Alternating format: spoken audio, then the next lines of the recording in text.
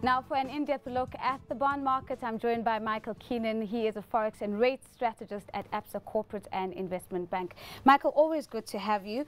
I was trying to scare Norbert here a little bit about this increase in rate cycle, and he, very smartly just fancy-footed around it. It does seem that there's just been foot off the accelerator in terms of the fears around rate hikes. What's changed the sentiment in the market?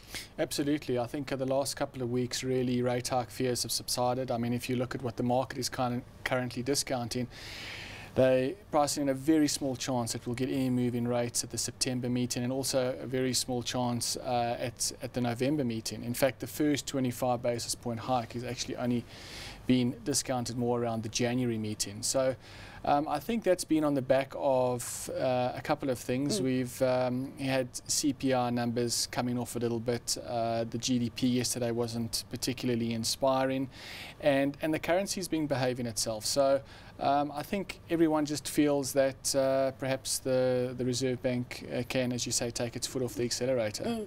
And what about yields? Why are we seeing a downward trend in terms of the yields on the bonds? Well, I think they go hand in hand. So on the one hand, we've got these rate hike fears subsiding and the currency getting stronger.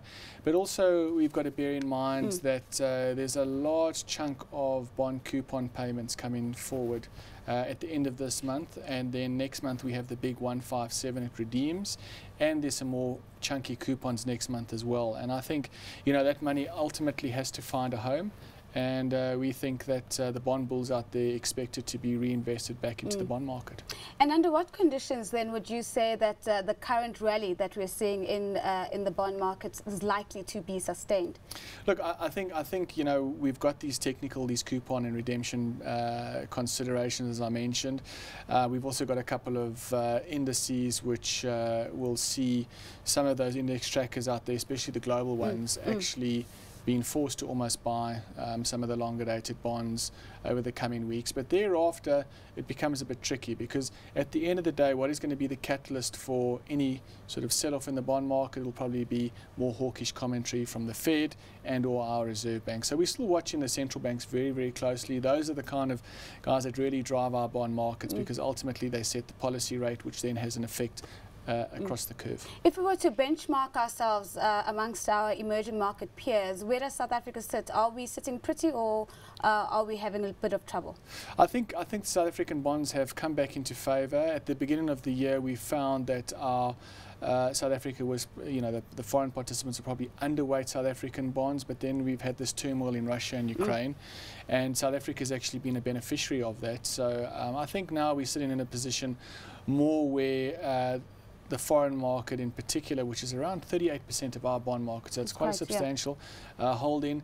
They're probably back to equal weight now, and it's quite interesting. The kind of yields that we see now are the lowest for things like the 186 that we've seen since December of last year. So all that big sell-off that we saw in January, we've recouped those losses. We're back to kind of a neutral stand-in. So the fears have definitely subsided.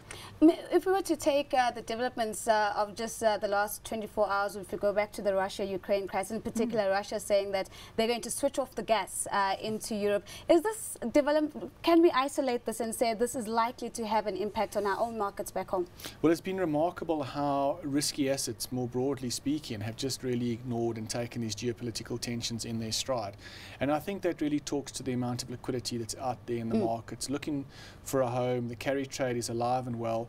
And again, until the Fed kind of turns off the taps, I think you're going to see the market really brush these kind of developments aside, because typically those kind of geopolitical tensions would spook markets, and risky assets like your emerging markets would probably come under the biggest pressure. So I think we're benefiting from this liquidity glut out there, and that's what's kind of covering over a lot of the cracks. And I think that talks to a lot of sort of South Africa's lingering fundamental flaws. They're still there, they haven't improved, but they've been ignored because of this liquidity. And before I let you go, Michael, I mean, to a large extent, it seems as if at a global level, there could be the possibility of divergence in terms of monetary policy. You were saying earlier that we are keeping our eyes on the Fed, but we're also keeping another eye on Draghi and what he is saying. Should this divergence actually concur with the unwinding of QE on the side and implementing on QE on the other side, how's that likely to impact on our bond market? Yeah, that's a very good question, and we don't really know the answer because to be quite frank, it's difficult to know whether or not the one will completely offset the other. I think that the dollar as well as the yen have typically been your funding currencies for a lot of these carry trades, and I think that when the Fed moves, we'll probably see a lot of those trades, or at least a good portion of them, being unwound. That could be offset by, to a degree, by more accommodation and stimulus from the ECB, but we're going to have to wait and see how that one plays out. I still think the key central bank to look out for at this stage is the Fed. I think, as I say, because a lot of those positions have been put on using cheap dollars, I think that's the one that will overshadow. Michael, thank you so much. You always pack so much in 5 minutes. That's a big thank you to Michael Keenan. He's a Forex and rates strategist at Absa Corporate and Investment Bank.